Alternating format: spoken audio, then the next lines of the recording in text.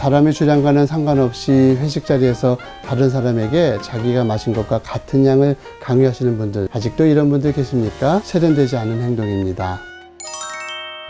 최근 사회의 여러 분위기로 인해서 한번 모임을 가질 때 평균 음주량이 늘고 있다고 합니다. 2021년 한국농수산식품이 발간한 그 음주 트렌드의 보고서에 따르면 한 해 동안 한국 성인들의 술을 마시는 평균 일수는 줄었지만 한 번에 먹는 양은 오히려 늘었다고 합니다. 한마디로 술을 짧고 굵게 마셨다는 이야기죠. 그런데 이렇게 짧고 굵게 마시면 건강에는 더 치명적인 결과를 가져옵니다. 하루의 적정 음주량을 초과하기 때문입니다. 건강하고 알코올에 이상 반응이 없는 사람이 술을 먹어서 몸에 해롭지 않은 주량을 바로 적정 음주량이라고 하는데요. 성인 남성의 적정 음주량은 하루 소주 4잔 이내, 여성은 하루 2잔 이내입니다. 좀 더 일반적인 수치로 말씀드리면 소주 기준으로 남성은 하루에 해독할 수 있는 주량이 한 60g 정도이고요. 여성의 경우에는 남성의 절반 내지 3분의 2 정도인 30-40g 정도가 주량입니다. 쉽게 이야기하면 소주 한 잔에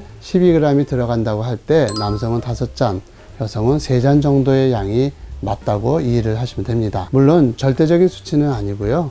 같은 성별이라도 개인의 차이는 분명히 있습니다. 이렇게 차이가 나는 이유는 무엇일까요? 우리 몸은 모든 신체가 비례에 맞게 크거나 작기 때문에 같은 양의 알코올을 마신다고 했을 때 단위 표면적당 알코올의 농도가 당연히 차이가 날 수밖에 없습니다. 체구가 크신 분들은 간의 크기도 체구가 보통인 사람에 비해서 2배 이상 나가는 분도 있습니다.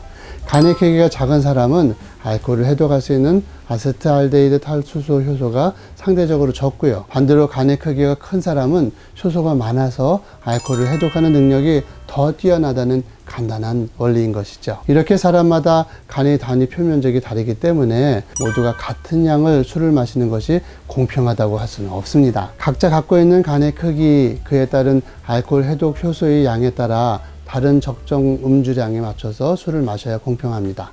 이렇게 공평에 대한 인식의 전환을 가지셔야 합니다. 또 알코올은 지방에 잘 녹지 않기 때문에 매우 소량의 알코올만 지방으로 들어가는데요. 상대적으로 지방 조직이 많고 혈액량이 적은 사람은 알코올이 간에 머무는 시간이 길어져서 결과적으로 같은 양의 술을 마시더라도 혈중 알코올 농도가 높아지게 됩니다. 방금까지 설명드린 이유들로 인해서 똑같은 잔을 돌리면서 같은 양을 마시더라도 신체 수치가 다른 사람은 훨씬 더 빠르고 심하게 취할 수밖에 없습니다. 보통 술이 세다고 하는 사람들은 술을 한 잔 한 잔 마시면서 즐거움과 희열을 느끼기도 하지만 같은 공간에 같은 시간에 있으면서도 술이 약한 사람들은 같은 양을 마실 때 빠른 속도로 취해간다는 거죠. 술이 센 사람들은 적당히 취한 기분에 즐거울지 모르지만 술이 약한 사람들은 즐거움보다는 블랙아웃이나 두통, 구토 등으로 힘들어하고 있을 가능성이 매우 높습니다. 이런 점을 잘 이해하고 서로 배려해 주신다면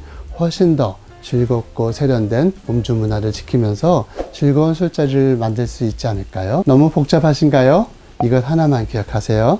바로 2대 1입니다. 술이 센 사람이 술이 약한 사람에게 한 잔을 권하고 싶다면 자신이 2잔을 마셨을 때 하시면 됩니다. 내가 공깃밥 2그릇을 한 끼에 먹을 수 있다고 해서 상대에게 2그릇을 똑같이 먹으라고 강요하는 사람은 아무도 없겠죠?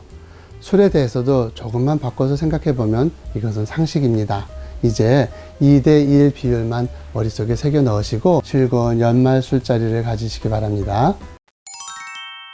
중년 건강의 적신호를 청신호로 바꾸고 싶다면 구독, 좋아요, 댓글, 알림 설정 잊지 마세요.